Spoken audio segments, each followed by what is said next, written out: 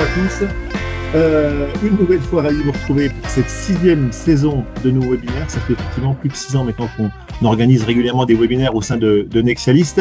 Alors c'est parti pour l'épisode 5 cette année avec pour sujet l'IA générative et réglementation. Est-ce que tout cela est bien compatible ?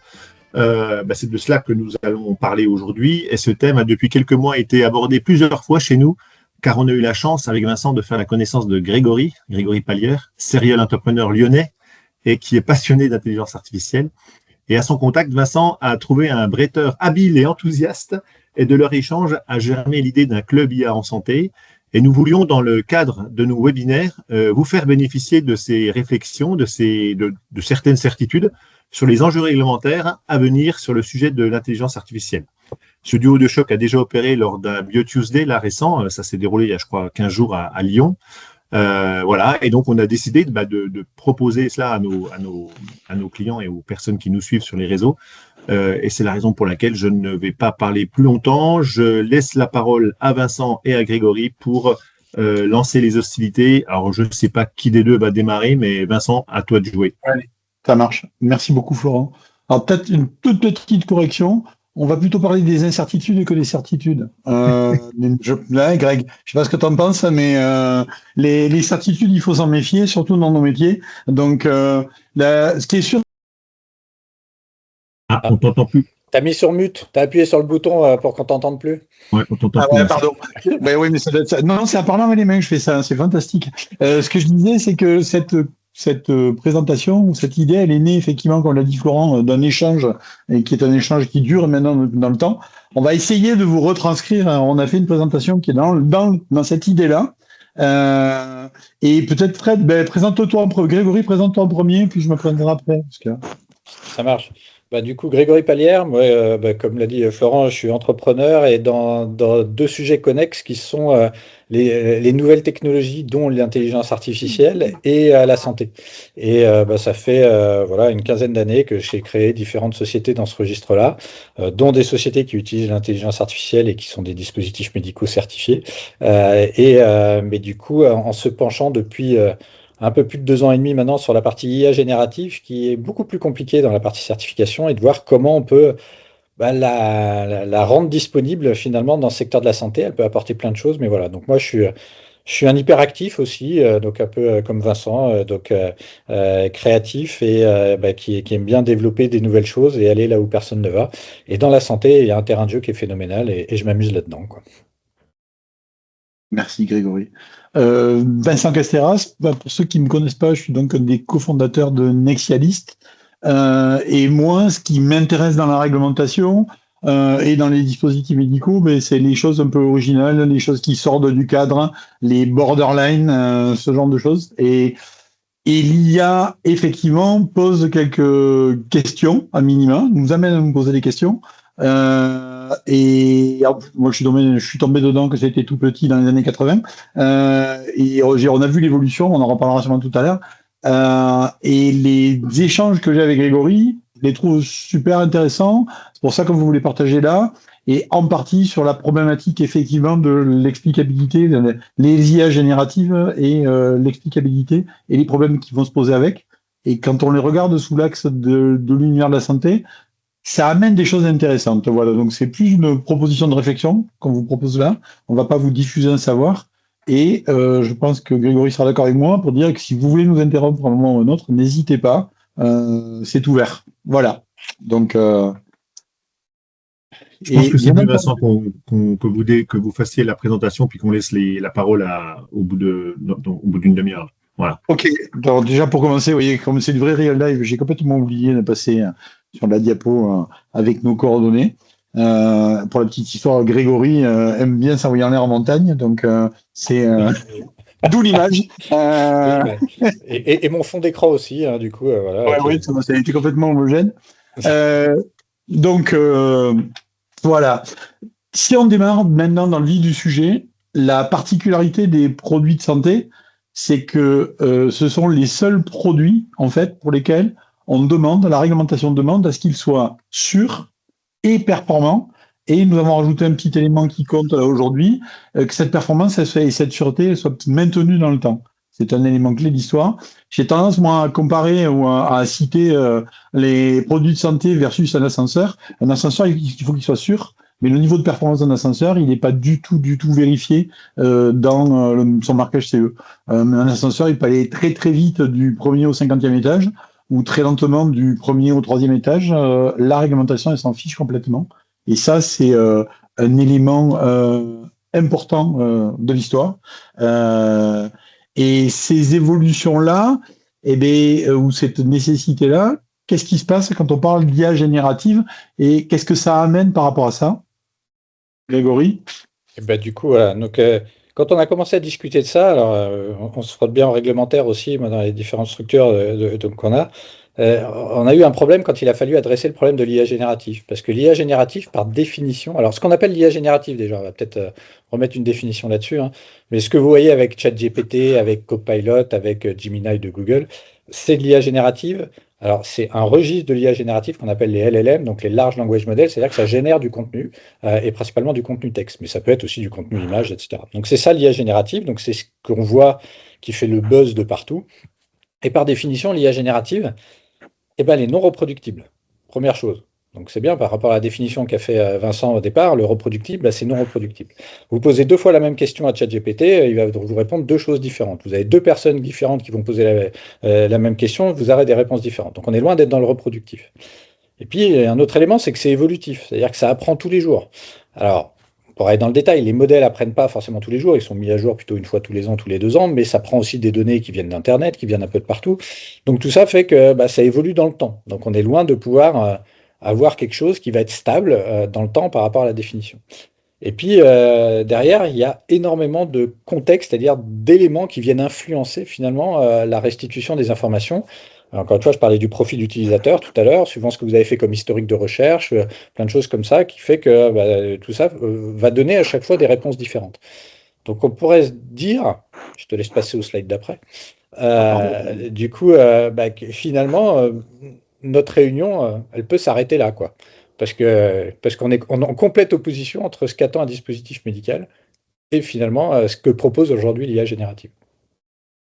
Et pourtant, on a bien des solutions d'IA qui sont sur le marché, les premières étant effectivement en radiographie, principalement. Maintenant, il y a d'autres sujets qui ont été abordés que la radiologie et la radiographie, mais les premières, c'était la radiographie. Alors, comment on y est arrivé alors, à ce moment-là? Si c'est pas compatible. Si c'est pas compatible, alors du coup, c'est vrai que là, on parle pas tout à fait de la même chose, parce que le slide d'après. Ouais, pardon. Donc, effectivement, en fait, ce qu'on disait, c'est que déjà, ce gros mot IA, et moi maintenant j'appelle ça un gros mot,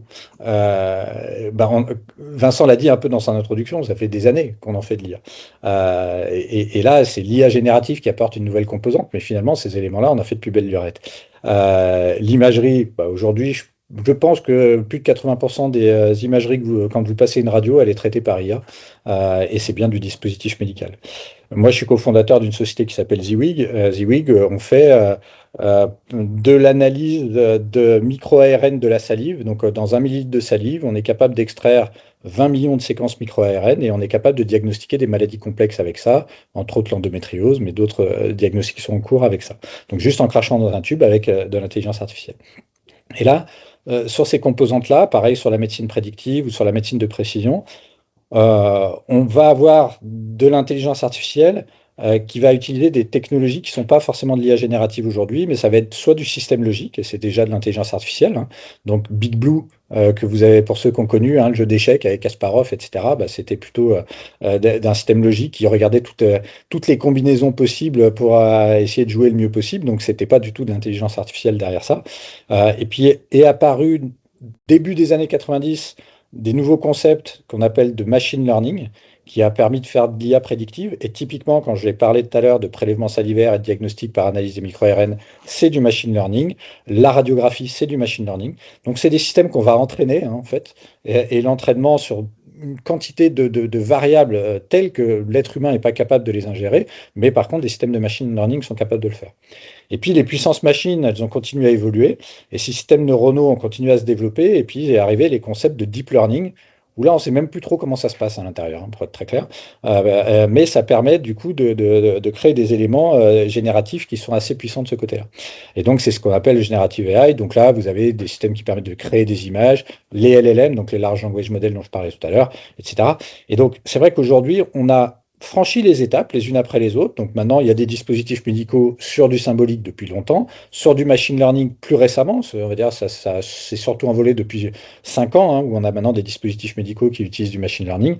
Sur le génératif, de la même manière, il y a besoin de voir dans quel cadre on peut les utiliser, comment on passe finalement les barrières, mais on est loin d'être insurmontable aussi par rapport à ça. Encore une fois, sous réserve d'amener une part d'explicabilité.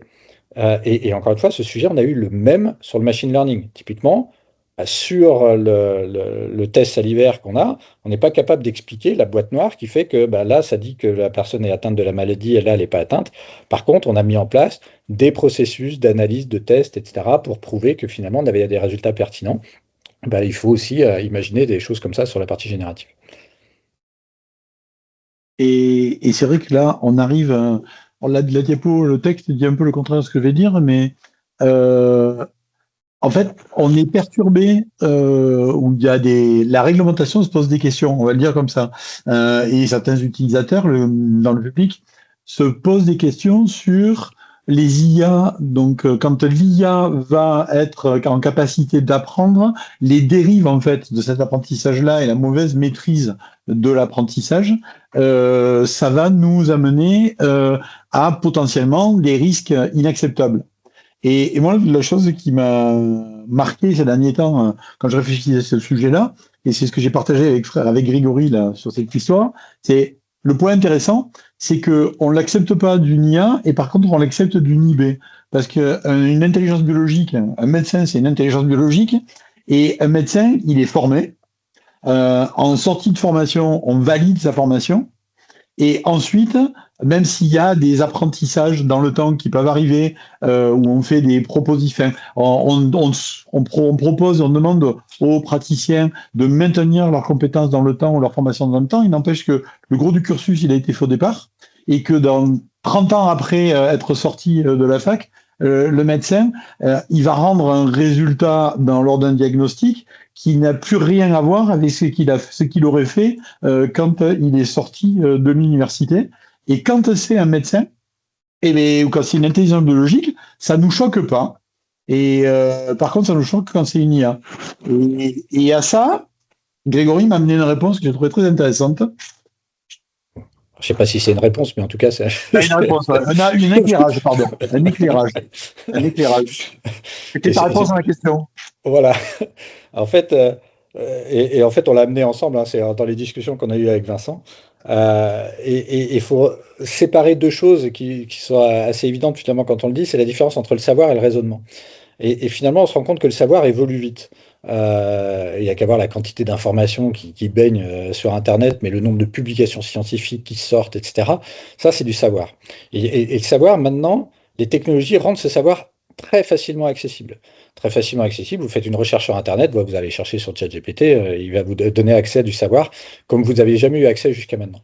Et ça, le savoir, il évolue, et le médecin qui accumule du savoir au fur et à mesure de son expérience, heureusement, parce que sinon, il serait basé sur un savoir-faire d'il y a potentiellement 30 ans, les choses, heureusement, évoluent, et la médecine avance, et la recherche avance. Donc ça, c'est très bien. Par contre, il y a quelque chose qui est beaucoup plus stable dans le temps, c'est le raisonnement. Et finalement, ce qui fait qu'une personne est un expert, c'est sa capacité à avoir une logique. Et moi, là, j'insiste énormément là-dessus, et c'est presque une raison de philosophie, voire d'éthique, et on échange beaucoup avec Vincent sur ces sujets-là. C'est que ça fait depuis des millénaires que l'être humain essaye de développer la logique scientifique. L'IA, c'est tout sauf une logique scientifique, c'est une logique statistique. C'est-à-dire que les IA, il faut considérer ça comme des énormes moteurs statistiques. Et de là à dire que l'IA va remplacer finalement le cerveau humain, ça voudrait dire que toute cette logique de raisonnement scientifique, on l'oublie, hein, ce qu'on fait depuis des millénaires, on l'oublie, puis maintenant on fait que de la stat. Ça, c'est quelque chose auquel on ne croit pas. En tout cas, moi, j'y crois pas, mais je pense que Vincent non plus. Et donc, c'est pas forcément la réponse à tout. Donc, le côté miracle, il n'existe pas. Par contre, c'est vrai que le raisonnement scientifique, et ce qui fait que vous avez des experts dans vos entreprises, c'est qu'ils ont une manière de penser, une manière d'aborder des sujets, et ils ont développé cette expertise par rapport à ça. Et ça, c'est relativement stable. Et il n'y a pas une logique scientifique. Il y a autant finalement d'expertise que de raisonnements qui sont liés. Un diagnostic médical, on en parlera un peu plus, c'est un raisonnement. Un électricien qui va faire un diagnostic, un garagiste qui va aller réparer une voiture, il a un raisonnement qui est assez stable, même si le savoir évolue de l'autre côté. Sa logique, sa manière de penser, sa manière d'aborder les choses, finalement, est assez stable. Mais alors ça, quand on en a discuté, pour moi, ça fait totalement écho, même avec mon métier, puisque moi, dans le conseil, aujourd'hui, on peut dire que avec l'ubérisation du savoir amené par les machines, on peut avoir de l'information de manière assez simple, rapide. La qualité, après, la pertinence de l'info, c'est une autre chose. Mais c'est vrai que l'information, on l'a. Et après, c'est la capacité à la traiter, l'utiliser, et la méthode qu'on va utiliser, en fait, pour exploiter cette information, pour en faire pour rendre un résultat structuré. Et quand on a discuté de tout ça, donc comme ça fait passablement écho, et que je m'intéresse à la fois à la science-fiction, à la littérature, aux séries télé ou autres, ma première remarque, ça a été de dire, mais ça veut dire qu'en ce moment-là, de ce que tu me dis, Grégory, on pourrait fabriquer une IA qu'on appellerait Dr House. Puisque c'est un peu ça, non? C'est dans l'idée. C'est un peu ça, ouais. Et en fait, c'est vrai qu'on a fait beaucoup l'amalgame avec Dr House. Pourquoi? Parce que finalement, quand vous regardez toutes les séries de Dr House, ça nous y a refait penser. Ça fait longtemps qu'on n'a pas regardé Dr House, mais j'ai dû regarder des épisodes quand on a parlé de ça d'ailleurs. C'est que finalement, le Dr House, il utilise toujours un peu le même raisonnement, et qui est le raisonnement, typiquement là, ce qu'on est en train de vous montrer, c'est-à-dire c'est un diagnostic, comment on doit faire un diagnostic médical, et c'est comme ça que c'est appris à l'école de médecine. Donc, c'est pas Dr House, mais il s'avère que vous allez voir que Dr House fait la même chose. Finalement, un médecin, quand il fait un diagnostic, il a sa logique scientifique. Sa logique scientifique, c'est quoi? On va parler d'abord d'anémèse. Anémèse, c'est il va vous questionner. Mais pourquoi vous êtes là? Vous avez mal où? Bon, voilà. Donc, il va faire son questionnement. Une fois qu'il a fait ça, il va passer à la phase d'examination. Asseyez-vous là, puis hop, il va prendre son stéthoscope, il va regarder dans vos oreilles, dans votre gorge, etc. C'est bien, c'est la période de grippe, donc ça doit parler à plein de gens. Et donc, il va faire ces éléments-là. Et ensuite, dans son métier, il doit normalement identifier minimum 3 à 5 hypothèses. Alors c'est là où Dr House il pêche un peu parce que lui c'était pas 3 à 5, c'était plutôt une vingtaine, il remplissait son tableau blanc, il en mettait de partout. Il partait plutôt sur 20 hypothèses, malgré tout la logique reste là, c'est je dois identifier pas une seule hypothèse mais 3 à 5, alors, minimum. Bon, sachant que vous avez beaucoup de médecins qui vont à la facilité, qui malheureusement des fois vont rapidement à une hypothèse, alors que normalement ils devraient quand même se poser des questions, en avoir d'autres à disposition. Ensuite on va ce qu'on appelle engager un diagnostic différentiel. Là, on va regarder toutes ces hypothèses-là. Est-ce que tous les feux sont ouverts en disant, là, oui, ça match complètement, là, ça match partiellement, là, ça match pas du tout. Et donc, s'il y a une chose qui ressort, du coup, on va avoir finalement la réponse à travers le diagnostic différentiel. Parfois, et même assez souvent, malheureusement, le diagnostic différentiel ne suffit pas, parce qu'on n'arrive pas à extraire finalement un élément de ça. Donc, on va passer par un diagnostic d'exclusion. Et là, ça, un diagnostic d'exclusion, c'est en gros, ça pourrait pas être ça parce qu'il y a ça, ça pourrait pas être ça parce qu'il y a ça. Et donc, on va engager ce processus-là. Et puis ensuite, on va avoir une conclusion et on va manager la suite. Donc, une conclusion, ça peut être, il me reste 2 choix. C'est-à-dire qu'il n'y a pas forcément une seule réponse. Et ça, les IA, elles aiment pas. Elles aiment bien quand il n'y a qu'une seule réponse. Enfin, les IA génératives du commerce, on va dire.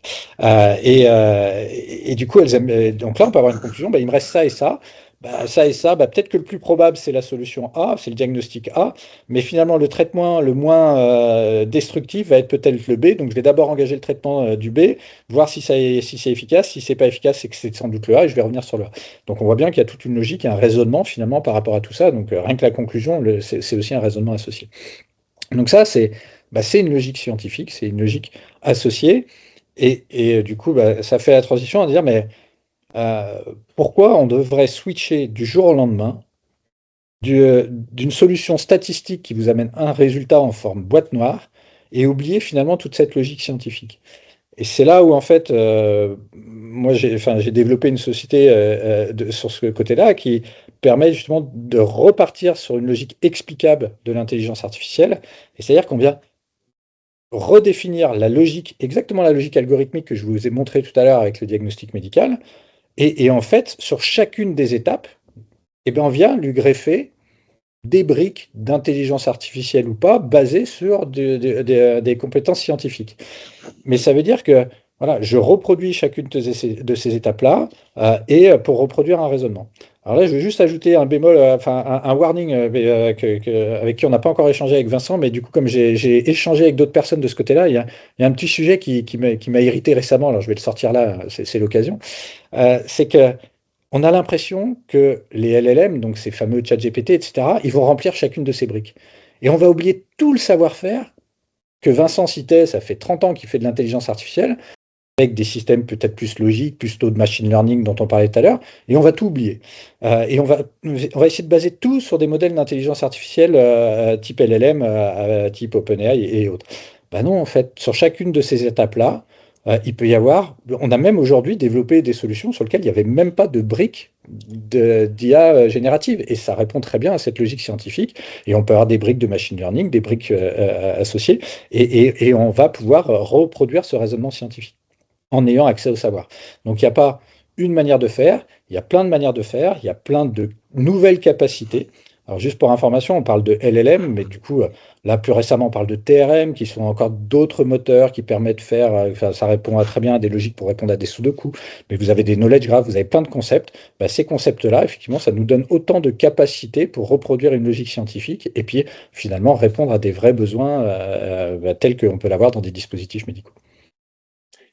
Et c'est là que, quand on a discuté, qu'on a orienté les choses dans ce texte-là, moi, avec ça, je me sens beaucoup plus à l'aise, parce que ma façon de le réinterpréter, puisque bon, on parle d'IA explicable, l'IA explicable, c'est un peu comme l'IA, il y en a plein sûrement d'options différentes, mais nous, la proposition qu'on fait là, surtout dans la santé, c'est de se dire, plutôt que de fonctionner avec le système de la boîte noire où je donne des données en entrée et je sors quelque chose en sortie, la manière dont c'est calculé à l'intérieur, je sais pas, et quelque part, je m'en fous. D'un point de vue réglementaire, ça nous pose des soucis.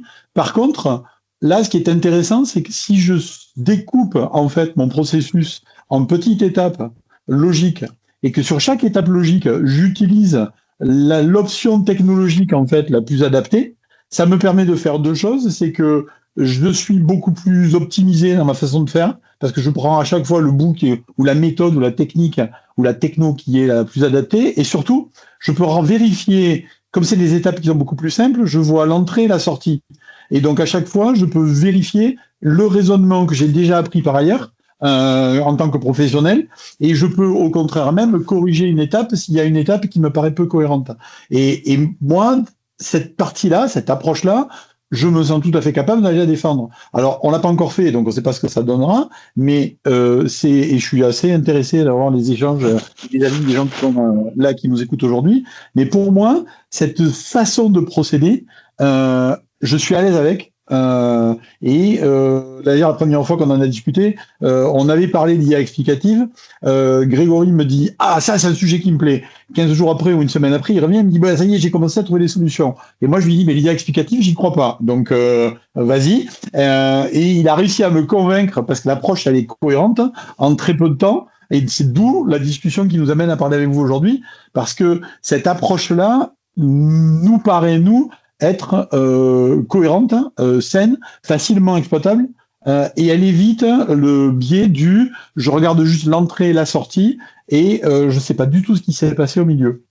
Parce qu'en plus de ça, on va pas le traiter aujourd'hui, mais on sait que l'humain et le cerveau humain étant fait comme il est, on va vérifier les choses au tout début, et puis après, si ça nous paraît très très correct et cohérent, le biais de vérificabilité fait que on vérifiera plus parce que la machine elle nous rend des résultats qui ont l'air tellement cohérents. Il y a pas mal de littérature qui est en train de sortir là-dessus, d'ailleurs.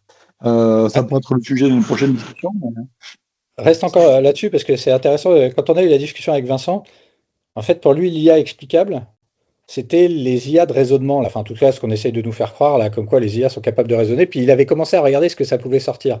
Donc, vous savez, les IA qu'on commence à avoir, donc vous avez DeepSeek qui a été un des révélateurs là-dessus, à dire, bah voilà, moi j'ai un système de raisonnement et je vais vous expliquer mon raisonnement. Et puis il avait regardé ce que ça donnait. Puis là, il avait dit, bah non, j'y crois pas une seconde. Et ce en quoi il avait raison. Pourquoi? Parce que là, on essaye en fait de faire raisonner des systèmes qui sont basés sur une logique statistique. Donc forcément, ça couine un peu, et pas qu'un peu, et du coup, ça crée beaucoup de déception. Et aujourd'hui, alors, on essaye de plus en plus d'amener une logique de raisonnement dans ces IA, mais si vous regardez la logique de raisonnement, c'est une logique de raisonnement très générique. C'est un peu du thèse, antithèse, synthèse. Si vous regardez, quand vous demandez à une IA de vous expliquer les choses, ça va être thèse, antithèse, synthèse. Le raisonnement scientifique dont on parle là, il n'est pas du tout thèse, antithèse, synthèse. Il est très spécifique. J'ai parlé d'ANMS, de machin, etc. Enfin, tout le process, diagnostic différentiel d'exclusion. Ça, les IA aujourd'hui, elles ne sont pas du tout câblées pour ça. C'est des IA génératives statistiques. Donc, on essaie de leur greffer un peu ces éléments-là, mais c'est un peu compliqué. Et de la même manière, vous avez maintenant ce qu'on appelle des orchestrateurs d'agents. Du coup, on vient un peu dans la logique que nous on prône, hein, c'est-à-dire de décomposer la logique scientifique pour mettre des agents. Malgré tout, il y a deux grosses problématiques dans la plupart des gens qui fournissent ces orchestrateurs d'agents. C'est qu'ils estiment premièrement ce que chacune des briques va être répondue par un LLM, donc par une seule technologie. Alors ce que je dis, c'est que non, suivant les étapes, il y a plein de technologies différentes possibles. Et souvent, ces orchestrateurs d'agents sont mono-LLM. Or, un LLM, il a été entraîné dans un registre différent, et puis finalement, il y en a d'autres qui vont être beaucoup plus pertinents sur d'autres choses. Alors, même si on parle d'IA qui peuvent être certifiés, ce qu'il faut savoir, c'est qu'un DeepSeek ou un Qwen, qui sont des modèles chinois, hein, qui sont assez intéressants, on peut les avoir en souverain, on pourra en reparler de ça, sont très pertinents dans de l'analyse de données, par exemple. Ce qui est beaucoup moins pertinent sur un OpenAI, par exemple, qui ne sait pas analyser une base de données. Donc, il y en a qui ont des vrais domaines d'expertise sur un sujet, sur un autre, et c'est en étant vers cette capacité, finalement, de les enchevêtrer les uns avec les autres qu'on a des choses qui peuvent sortir des résultats pertinents. Et on amène, hop. C'est un peu ce qu'on explique là. Ouais, voilà. C'est que j'ai. C'est la musique mise en image, hein. C'est-à-dire qu'en gros, ça, c'est des solutions qu'on met en place. Et du coup, on vient. Alors, il y a tout un système pour dessiner l'algorithmie. Et puis après, sur l'algorithmie, quand un médecin peut poser une question, il va avoir l'explication étape par étape de tous ces éléments-là, et ce qui fait qu'il va avoir son anamnèse, voilà ce qu'on a compris du profil patient, et donc voilà les hypothèses possibles. Sur chaque hypothèse, donc là j'ai mis que les 3 premières étapes, il y en a une dizaine, hein, sur le processus, mais du coup la machine va être capable de donner ça. Alors c'est bien et c'est pas bien, hein, parce que c'est bien parce que ça permet de lire, et le médecin va lire tout le raisonnement, et il va lire le raisonnement tel que lui, on lui a appris à l'école. C'est tout logique, c'est scientifique, c'est logique. Donc il peut lever les biais très facilement en faisant ça. D'où le fait que ça peut rentrer dans des registres de certification parce qu'il peut lever les biais. L'inconvénient, c'est qu'il a plus 2 lignes à lire. Parce que c'est sûr que si la boîte noire lui donne que 2 lignes avec une conclusion, c'est plus facile. Mais là, au contraire, on n'amène plus une conclusion, hein. On amène un raisonnement, et peut-être du doute, et moi j'adore le doute, pour justement ne pas lui donner une vérité, mais l'amener à réfléchir. Et ça pourrait être ça, mais ça pourrait être aussi ça, et voilà pourquoi, et voilà comment tu pourrais lever le doute sur ça et sur ça. Donc ça, c'est super intéressant, mais c'est pas la logique du grand public. Je veux la recette de la tarte aux pommes, ça me donne qu'une seule réponse. Ce que tu dis sur le doute, c'est pour moi c'est un élément critique de l'histoire. Je me souviens, j'étais en thèse dans les années 90, où il y avait déjà des réseaux neuronaux et on parlait de ce genre de choses. Et moi, un jour, j'avais démonté une approche qu'on m'avait présentée. J'avais dit, mais votre machine, est-ce qu'elle est capable de douter? Et si elle ne peut pas hésiter, ça va pas. Parce que pour moi, le fondement à la fois de la science et de la philosophie, c'est qu'au plus on en sait, au plus on doute. C'est-à-dire, c'est pas une création de certitude, c'est une création d'incertitude pour le coup. Puisqu'au plus j'en sais sur un sujet, au plus je vais me amener à me poser des questions sur d'autres. Et donc, et la méthode scientifique, elle nous amène à arriver à naviguer dans ce doute. Donc pour moi, le doute, il est critique, hein, vraiment. Et il faut pas l'oublier. Et c'est un élément qui manque aujourd'hui là-dessus. Et c'est pour ça que cette approche-là, l'approche qu'on propose là, elle me plaît parce que on peut réinduire un petit peu de doute là-dedans par la réflexion de lui-même. Donc, les bénéfices. Alors, attends, avant, je vais te challenger quand même, Vincent, sinon c'est pas drôle, quoi. Mais alors, du coup, est-ce qu'on peut faire des dispositifs médicaux qui doutent? Si on peut faire un système qui doute, pourquoi pas? Mais est-ce qu'on va accepter un système qui doute? Tu vois? C'est parce que la science aujourd'hui, elle a perdu un peu de vue cette histoire du doute. On veut des faits, on veut des certitudes, et on dit, regarde, on a tendance à dire dans le grand public, si c'est un fait scientifique, c'est un fait certifié, c'est sûr. Alors que pour moi, la science, c'est le doute. Hein, je l'ai toujours dit, un fait expérimental, il induit du doute, et tu as comme on disait tout à l'heure, c'est une probabilité que ça arrive. Mais c'est une probabilité parmi X, et ton intelligence biologique, elle choisit celle qui lui paraît la plus cohérente. Là où justement l'IA, enfin moi je fais des essais en ce moment là-dessus, où j'essaye de faire hésiter mon IA, dans les tests que je fais, et je veux lui faire sortir en fait. Alors on est dans l'hypothèse variable, mais comme ils ont tendance, comme ces foutues machines ont été programmées pour être en plus de ça, pour être toujours trop poli, et encore que là récemment on a fait des expériences assez sympas, mais trop poli et te dire que tu as toujours raison. ça aide pas à construire le dialogue. Mais donc ma réponse est, j'espère bien qu'un jour on y arrivera, mais je sais pas à quel point ça sera. Là pour le coup, au niveau de la certification, on va demander à nos potes des ON ce qu'ils en pensent. On va les challenger là-dessus. On va se faire un webinaire sur IA explicable, doute et IA générative. Ça pourrait être intéressant comme truc. Mais bon, pas possible. Si tu lui demandes pas, je pense, je réfléchis au fur et à mesure, donc excuse-moi, mais si tu lui demandes pas derrière de faire un choix entre trois doutes, enfin entre trois hypothèses parce que tu l'as fait douter, c'est peut-être là, ça ira, elle ira jusqu'à te mettre des hypothèses, en choisir une, ça va être plus compliqué. À voir, je vais essayer. Et du coup, j'en profite après pour répondre à la question d'Athème qui posait un point sur le fait est-ce qu'on peut utiliser du RAG et avec des orchestrateurs d'agents et d'avoir des multi-LLM. Bah oui, complètement. Enfin, on est d'accord que c'est ça la logique. Alors, juste pour expliquer après à tout le monde, hein, mais c'est que déjà, les modèles. Alors, si tu peux revenir sur le 2 slides d'avant, s'il te plaît. Ouais. Un RAG, qu'est-ce que ça fait? Un RAG, juste pour information, pour ceux qui ne connaissent pas, c'est que sur une base de données scientifiques, donc la partie scientifique knowledge que vous voyez à droite, on va dire, on veut avoir une analyse à ma question que basée sur ces publications scientifiques, par exemple. Et donc, on va dire, je ne veux pas aller chercher sur tout ce qui existe sur Internet où il y a du à boire et à manger, mais je le veux que sur cette logique scientifique, et je veux que ça donne une réponse à ma question.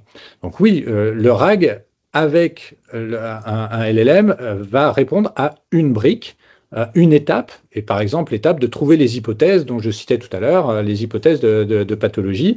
Et ben du coup, ça va être intéressant d'utiliser un RAG avec un LLM qui va analyser ça.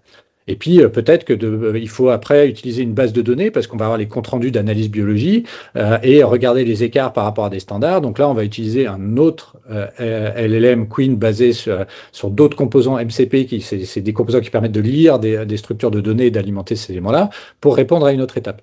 Donc on est bien dans cette logique-là d'enchevêtrer différentes briques technologiques. Le RAG est une brique technologique.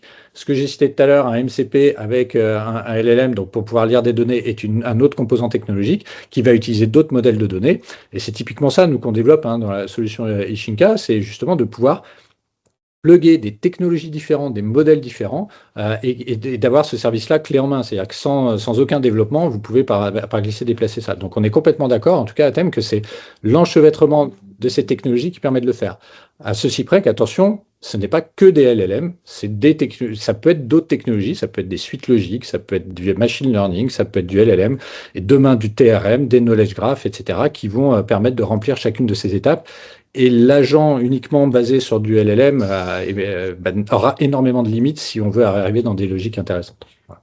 En fait, alors peut-être pour Florent Guyon, entre autres, mais pas que, peut-être donner un tout petit peu plus de contexte sur les acronymes. Là, le RAG, tu me corriges si je me trompe, parce que c'est pas moi l'expert là. Mais le RAG, c'est comment est-ce que je donne à mon LLM, qui est plutôt un modèle un peu plus général, on va dire généraliste, comment je lui donne de l'information très spécifique, qui peut être de l'information propriétaire. Donc le RAG, ça peut être quelque chose que j'ai chez moi, et donc je lui vais fournir une base de données de connaissances à mon LLM. Donc je numérise l'information de manière à la rendre exploitable pour LLM. J'ai juste, c'est ça. Oui. Alors, ça peut être local ou délocalisé, mais je rajoute en fait de la connaissance. C'est du livre pour un LLM. Ouais, alors je rajoute surtout, j'empêche le LLM en fait, j'utilise le LLM que dans sa logique de langage, mais pas dans sa connaissance. Et je lui dis, tu oublies ta connaissance, tu gardes que ton langage. Et la connaissance, tu ne te la bases que sur cette base documentaire ou d'informations que je te donne et surtout rien d'autre. Ce qui évite d'avoir de la terre est plate, d'avoir plein de trucs qui traînent que vous avez comme contenu sur Internet. Et vous le cantonnez qu'à ne se baser que sur le registre de documentaires ou d'informations que vous lui avez donné. Donc, c'est une info qui est potentiellement plus qualifiée. On lui fournit une bibliothèque de connaissances spécifiques qu'on a pu qualifier, qui permet de maîtriser un peu mieux le traitement. C'est ça, grosso modo. Ouais, et puis si on va plus loin, c'est une première brique d'explicabilité. C'est-à-dire qu'en fait, la réponse que je t'ai faite à ta question, elle est basée sur ces documents-là, et c'est même ces paragraphes-là que j'ai gardés, et je suis capable de justifier chaque réponse sur quelle source elle a été basée. C'est-à-dire que là, typiquement, quand on voit ces éléments-là, il y a du RAG sur certains éléments. Et dans la plateforme, on est capable de cliquer, de dire c'est quel élément, quel paragraphe de quel document qui a permis de donner cette réponse-là. Donc après, il y a plein de pans technologiques derrière, mais voilà, mais c'était juste pour expliquer, pour avoir les grandes lignes. Et le MCP, c'est l'accès à quelque chose qui a été fait par d'autres. C'est-à-dire, en fait, je vais accéder à un système, peut-être pas par d'autres, mais c'est un système qui existe par ailleurs, et je le reconstruis pas. Je vais directement taper dedans, c'est ça? Ouais, alors en fait, le MCP, ça donne des capacités d'accéder à de l'information en temps réel. Typiquement, il y a 2 ans, quand vous interrogez ChatGPT, vous lui disiez, tiens, c'est quoi la météo qu'il va y avoir demain à Lyon? Bon, je suis à Lyon, alors je pose la question à Lyon.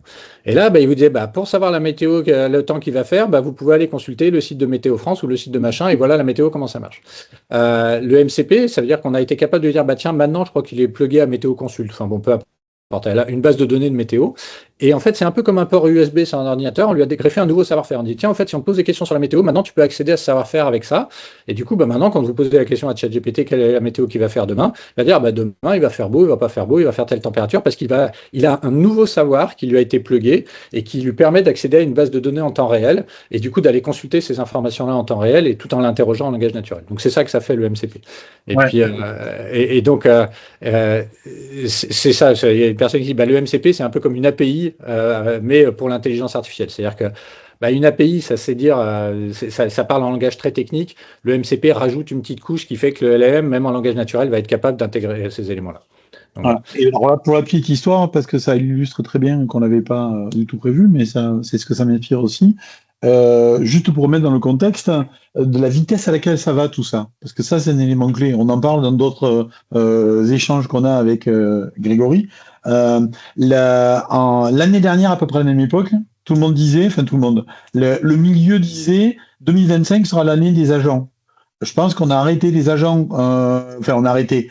Ça a arrêté d'être le milieu de l'année des agents à mi-année, parce que derrière on y a collé le RAG, on y a collé les MCP, donc qui existait, les solutions techniques existaient, mais c'était pas encore grand public. Et dans l'année 2025 qui était l'année des agents, on a vu arriver plus de RAG, plus de MCP. Je sais pas ce qui est en train d'arriver derrière, mais c'est juste pour illustrer que on est sur une temporalité qui est infernale. Et pour le coup, une fois de plus, c'est une temporalité qui est diamétralement opposée au temps de la science, de la médecine, ou peut-être pas de la médecine, mais du dispositif médical, temps de développement, de validation, etc. Ça s'accélère très très sérieusement là. Et du coup, toutes ces technologies-là, effectivement, elles s'accélèrent, ce qui oblige d'ailleurs nous, on fait de l'édition de logiciels SaaS, de penser une architecture qui est ultra agile, parce que des nouveaux concepts, il y en a tous les 2 mois. Moi, c'est à peu près tous les 2 mos qu'on rajoute des concepts dans les capacités algorithmiques que j'étais tout à l'heure. Donc, j'ai parlé des TRM tout à l'heure. Le knowledge graph, c'est un élément très intéressant aussi. Et il y a plein d'éléments. Donc, le knowledge graph, pour info, un LLM, ça fait beaucoup d'analyse syntaxique, mais pas de l'analyse de sens. Et du coup, quand vous allez parler d'un diabétique, il va, oui, peut-être vous parler de glycémie, mais il ne sera pas capable de switcher pour dire, mais non, mais en fait, il faut plutôt regarder la glycémie, qui va plutôt aller sur d'autres éléments. Donc ça, il y a plein d'éléments comme ça qui existent. Et encore une fois, c'est pas des technologies nouvelles. Le knowledge graph, c'était utilisé par Google dans son moteur de recherche depuis très longtemps, mais on peut du coup le rajouter pour rajouter de la puissance au résultat. Et en fait, pour moi, c'est ce que je trouve intéressant, c'est que quand on met en place vraiment des solutions concrètes dans le médical et dans d'autres secteurs, on voit que des fois, ça répond pas exactement à ce qu'on voudrait, la pertinence n'est pas là, et on essaye de comprendre pourquoi, et quand on essaie de comprendre pourquoi, on se dit, oui, mais effectivement, il s'est pas câblé comme ça, et on vient rajouter une brique technologique pour compenser finalement des lacunes d'une solution technique. Donc, je vois aussi encore dans les commentaires, le fine-tuning, c'est une capacité de plus où on peut éduquer un modèle à des connaissances supplémentaires pour que là, le modèle, au lieu d'aller chercher une information, de la traiter un peu comme du RAG, on peut éduquer le modèle pour le spécialiser sur un sujet donné. Bon, tout ça, alors pour moi, le fine-tuning a plus un intérêt pour de l'optimisation de temps de réponse que finalement pour créer quelque chose de plus pertinent, mais parce qu'on peut greffer d'autres méthodes. Mais tout ça, c'est plein de technologies, plein de méthodes qui vont toutes très vite, qui nous offrent un potentiel extraordinaire. Et ce potentiel, il a été ouvert, encore une fois, par la rupture du deep learning qui offre une puissance machine sur des concepts assez différents. Mais il y a plein de choses à faire.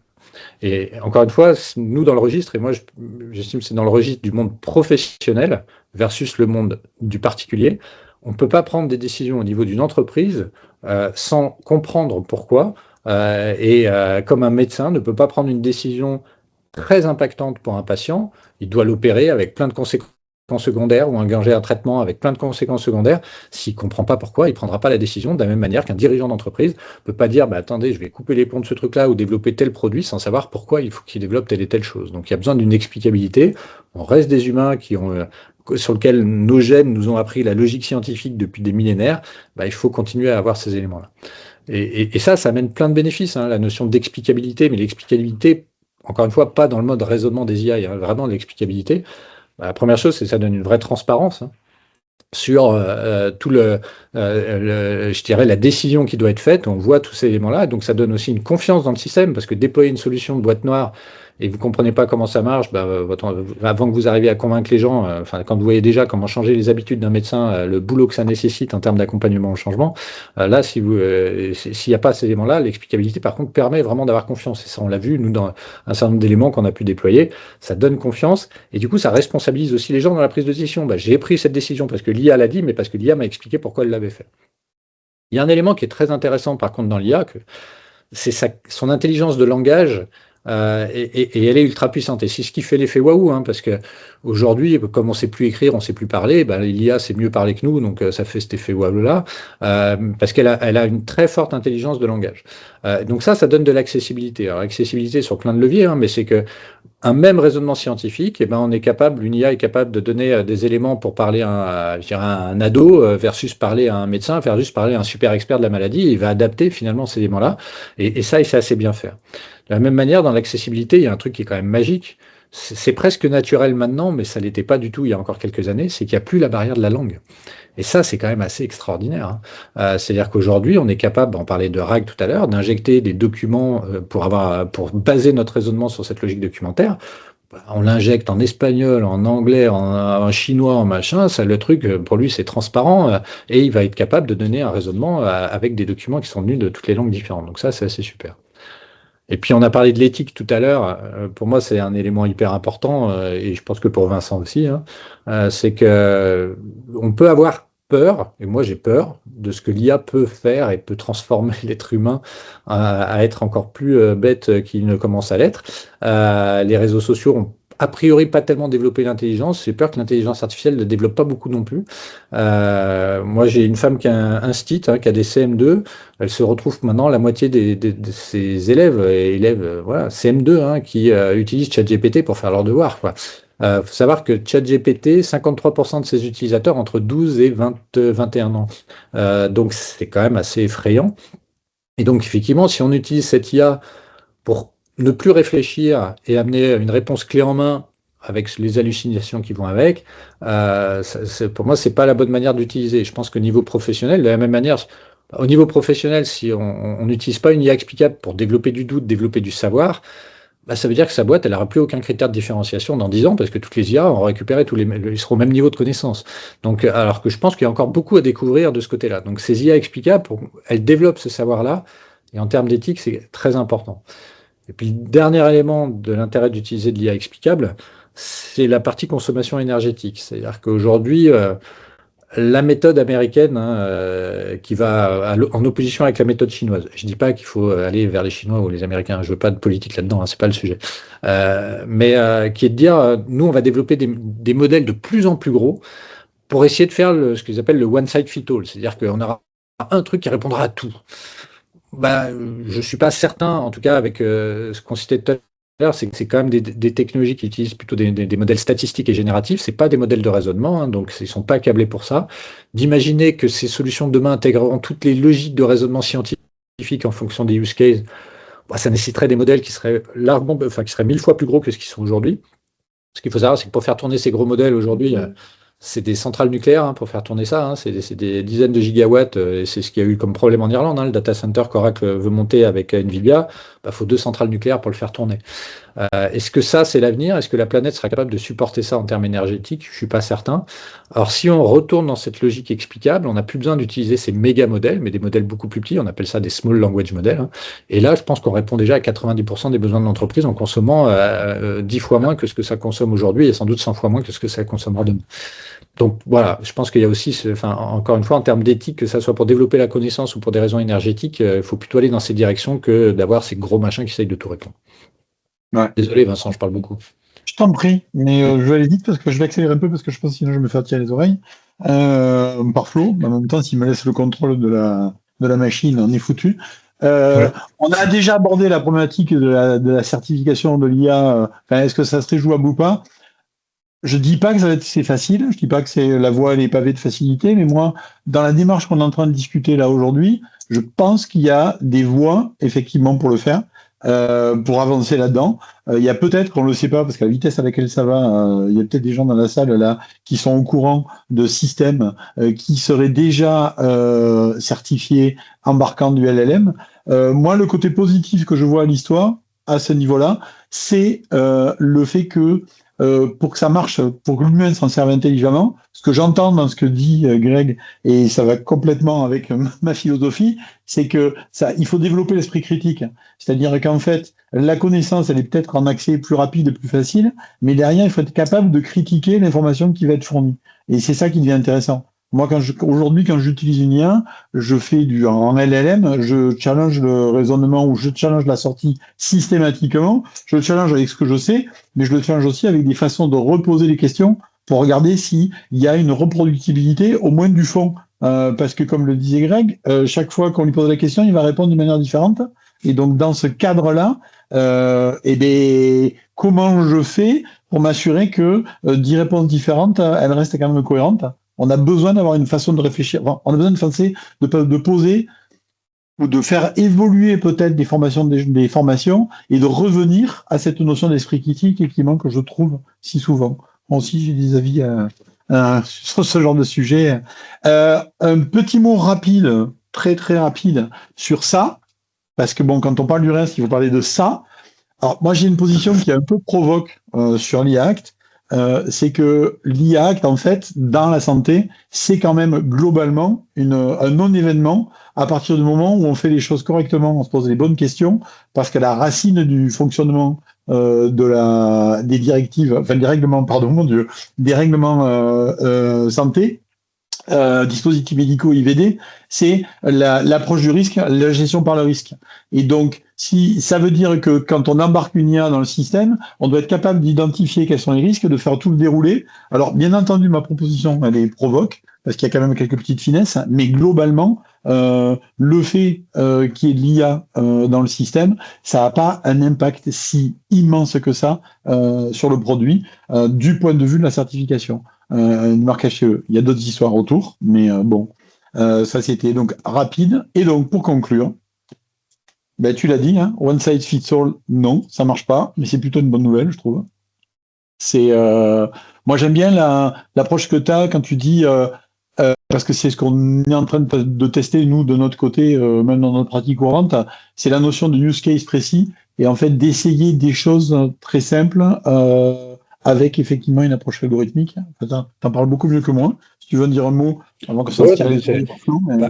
En gros, moi je rencontre en fait pas mal de dirigeants et qui disent bah ouais mais par quoi on commence quoi. Alors il y a différentes stratégies, mais la stratégie de dire bah tiens je vais investir dans la technologie puis pour voir un peu ce qu'on peut en faire. Bah c'est bien, hein, mais alors là, vous êtes parti pour 20 ans de R&D, hein, et ça peut être une bonne approche, mais en tout cas, il faut avoir les moyens et la patience. Alors qu'en fait, pardon, et tu seras obsolète avant même d'avoir fini. Donc, aussi, ouais. Donc voilà, donc ça, c'est un élément auquel moi je crois pas beaucoup. Et par contre, on voit que bah, en fait, nous, dans la manière dont on travaille avec les entreprises, c'est que on va regarder un peu les pain points, les tâches un peu répétitives, un peu lourdes, et on va dire bah, est-ce que c'est possible ou pas? Alors des fois, on n'a pas la réponse. Des fois, on n'est pas sûr qu'on pourra y arriver. Puis on lance bah, rapidement ce qu'on appelle un proof of concept, hein. Et puis ce proof of concept, il est de toute façon gagnant dans tous les cas de figure. Gagnant parce que ça permet aux collaborateurs de voir ce que l'IA est capable de faire, mais aussi ce qu'elle n'est pas capable de faire. Et les deux sont tout aussi puissants de ce côté-là. Parce que le doux rêve, avec tout ce qu'on entend dans les médias, ouais, mais c'est magique, de toute façon, tous nos boulots vont être remplacés. Bon, bah, un peu de marge avant d'arriver à ça. Et entre guillemets, c'est en mettant les mains dans le cambouis qu'on arrive à ce genre de choses, et c'est ça qui est intéressant. Donc ça, c'est pour ça que c'est en se confrontant à des cas précis qu'on est capable de le faire. Et on a des cas précis, on décompose l'algorithmie, on regarde justement la technologie sur chacune des briques qui peut être intéressante, et c'est là où on voit la puissance de ce qui peut être mis en place pour le mettre en place rapidement. Alors l'intérêt, c'est d'avoir quand même une plateforme qui supporte ça pour que, enfin, un POC, faut pas le mettre en place en 6 mois, hein, sinon c'est mort. Donc faut être capable de le mettre en place assez rapidement, et donc d'avoir des plateformes qui supportent ça, et c'est ce qu'on met en place derrière. Et c'est bien l'objectif pour qu'on puisse valider ça pour ensuite le mettre en prod. Donc ça, il y a plein d'éléments qui peuvent avancer. Ça peut être des fonctions un petit peu support. Après, ça peut être des fonctions d'aide à la décision pour ensuite arriver à des dispositifs médicaux. Et c'est progressivement qu'on arrive dans ces éléments-là au fur et à mesure de découvrir parce qu'on aura développé ces bases de connaissances. Et c'est là où on va voir aussi la richesse qu'ont les entreprises qu'ils ignorent. Des fois, ils ont plein de données qu'on va pouvoir exploiter et donner de la valeur par rapport à tout ce qu'ils avaient. Et donc, ça peut rentrer dans ces logiques-là. Il y a beaucoup de solutions qu'on développe en ce moment j'avais 2 use cases principaux. Moi, j'appelle ça des agents spécialisés. C'est-à-dire que typiquement, voilà, moi, je suis spécialisé dans tel domaine médical. Et je vais prendre toutes les publications, mes docs internes sur ces logiques-là, et je vais faire un vrai agent spécialisé qui va amener les preuves sur chacune des questions que les gens posent. Donc ça, c'est des agents spécialisés. Donc ça, c'est des use cases, ou ça peut être aussi dans de la génération documentaire. Dans le réglementaire, il y a plein de choses intéressantes. C'est de dire, voilà, moi, je réponds régulièrement quand je fais une étude clinique, à des dossiers de soumission. Du coup, ça va me générer mes dossiers de soumission simplement basés sur mes templates. Donc, on va commencer par ces éléments-là, puis ensuite créer vraiment des éléments différenciants qu'on n'arrivait pas à imaginer jusqu'à maintenant, quoi. Donc, c'est en tout cas par le use case que c'est intéressant. Et la validation, si on va derrière, c'est pas par la connaissance qu'on va lui mettre. Il y a des nouvelles publications scientifiques tout le temps, c'est pas gênant, mais c'est par le raisonnement qu'on va apporter ça. Et le raisonnement sera toujours le même, la logique sera la même par rapport à un use case, pas par rapport à tous les raisonnements. Mais par contre, on va pouvoir l'enrichir de connaissances sans changer le raisonnement. Ouais. Et peut-être pour en conclusion, moi c'est la partie que je trouve intéressante et c'est à la fois comment dire, moi je trouve que c'est très positif, mais en même temps ça induit un truc, c'est que ça ressemble à ce qu'on faisait jusqu'à présent, à part qu'il y a quand même des schémas intellectuels qu'il faut savoir faire évoluer autour de ça. Il y a quand même quelques défis qui vont avec. Mais on va peut-être s'arrêter là, parce que je vois Florent Guillon qui vient de réapparaître. Donc merci Grégory. Écoutez, si vous n'avez pas d'autres questions, moi je vous propose de nous retrouver la semaine prochaine, puisque la semaine prochaine, on sera avec des organismes notifiés. On va reparler du 6110, cette fameuse article 6110, et on demandera à 3 organismes notifiés, le GEMED, l'AFNOR et Scarlett, un organisme notifié initialement anglais qui est hollandais aujourd'hui, de nous parler de la façon dont ils évaluent les dossiers qui ont choisi la voie du 6110. Et voilà, donc n'hésitez pas, vous allez avoir les informations sur LinkedIn dès demain ou dès ce soir. Je ne sais plus quand est-ce qu'on fait la communication, mais ça s'annonce un webinaire très intéressant. Et puis bien entendu, le webinaire qu'on vient de vous proposer sera en replay et sera disponible sur notre chaîne YouTube Nexialist. Il y a plein de choses sur cette chaîne, donc n'hésitez pas à aller retrouver les éléments qui vous ont intéressé durant ce webinaire. Et j'en profite une nouvelle fois pour remercier Greg de nous avoir assisté et même d'avoir piloté ce webinaire. Merci Vincent et à très bientôt. Bonne fin de journée à tous. Merci. Au revoir. Merci, au revoir. Fin de journée.